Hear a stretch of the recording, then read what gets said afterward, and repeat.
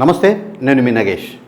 అనతి కాలంలోనే మా ఛానల్ను ఎంతగానో ఆదరిస్తున్న ప్రేక్షకులందరికీ ధన్యవాదాలు.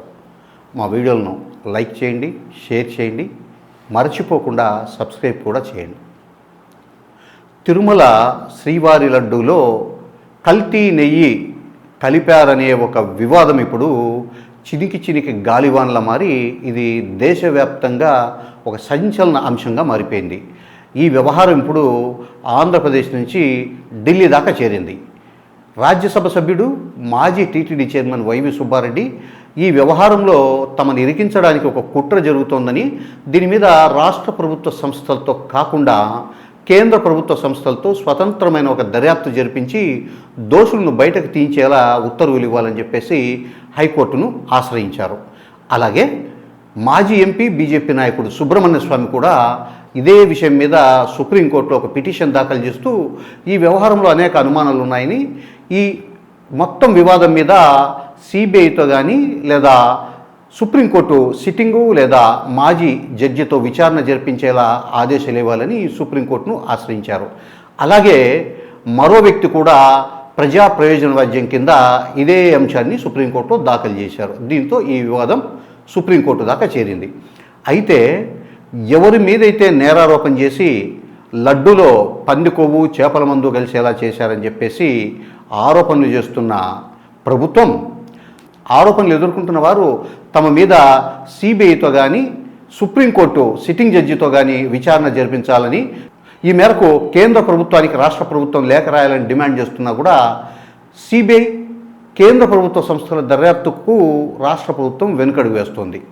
సో ఈ అంశం మీద జగన్మోహన్ రెడ్డి ప్రధానమంత్రికి లెటర్ రాస్తూ చంద్రబాబు నాయుడు మీద కొన్ని ఫిర్యాదులు చేశారు. ఈ లేఖ మీద చంద్రబాబు నాయుడు తీవ్రంగా మండిపోతూ ప్రధానికి నా మీదే ఫిర్యాదులు లేఖ రాయడానికి ఎంత ధైర్యం అంటూ ఆయన చేసిన వ్యాఖ్యలు కూడా ఇప్పుడు సంచలనమయ్యాయి. ప్రధానమంత్రికి లేఖ రాయడానికి ధైర్యం ఎందుకు?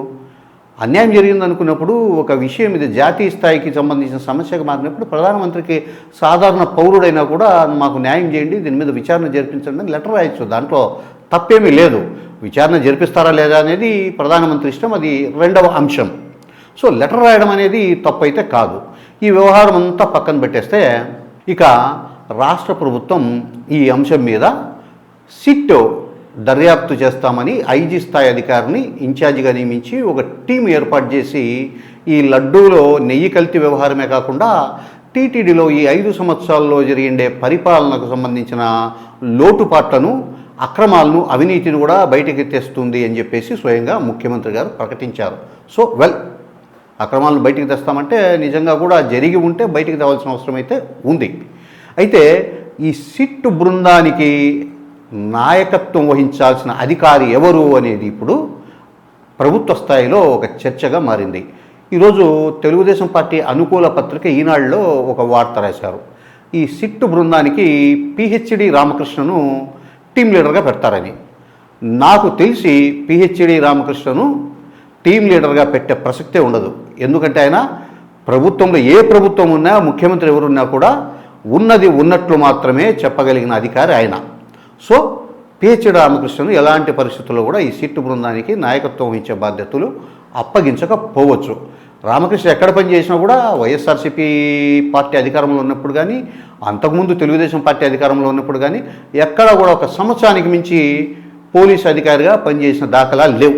ఆయన బదిలీలకు భయపడే అధికారి కాదు. కాబట్టి రామకృష్ణన్ అయితే ఎటువంటి పరిస్థితుల్లో నియమించరు. సో ఇప్పుడు అసలు సిట్టును నియమించి ఏం చేస్తారు అనేది ఎవరికి అంతుపట్టని ఒక ప్రశ్న. టీటీడీఓ శ్యామలరావు గారు ఏం చెప్పారు?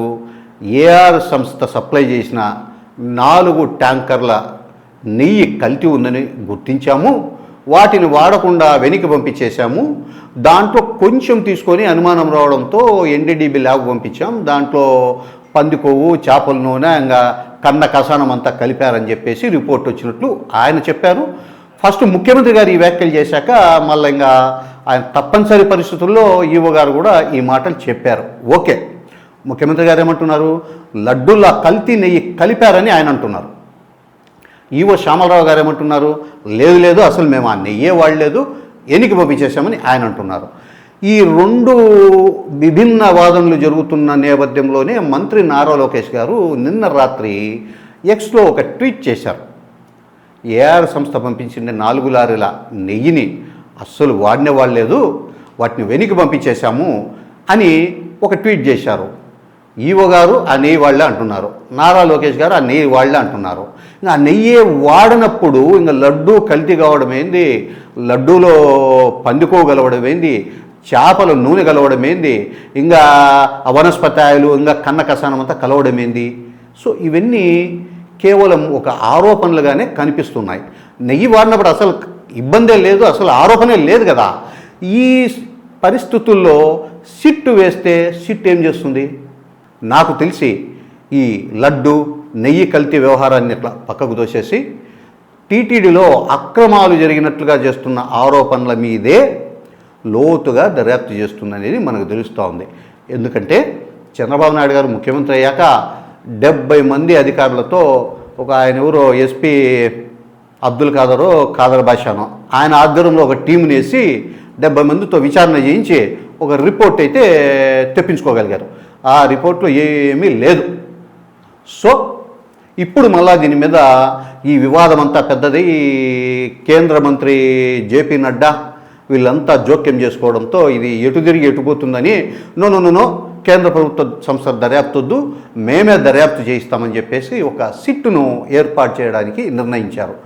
ఈ సిట్టు వచ్చి నెయ్యి వ్యవహారంలో చేసేదైతే ఏమీ ఉండదు. నెయ్యి కల్తీనే కాదని ఈవో చెప్తున్నాడు, నారా లోకేష్ చెప్తున్నాడు. ఇంకా దాంట్లో కాంట్రడిక్షన్ ఏముంది?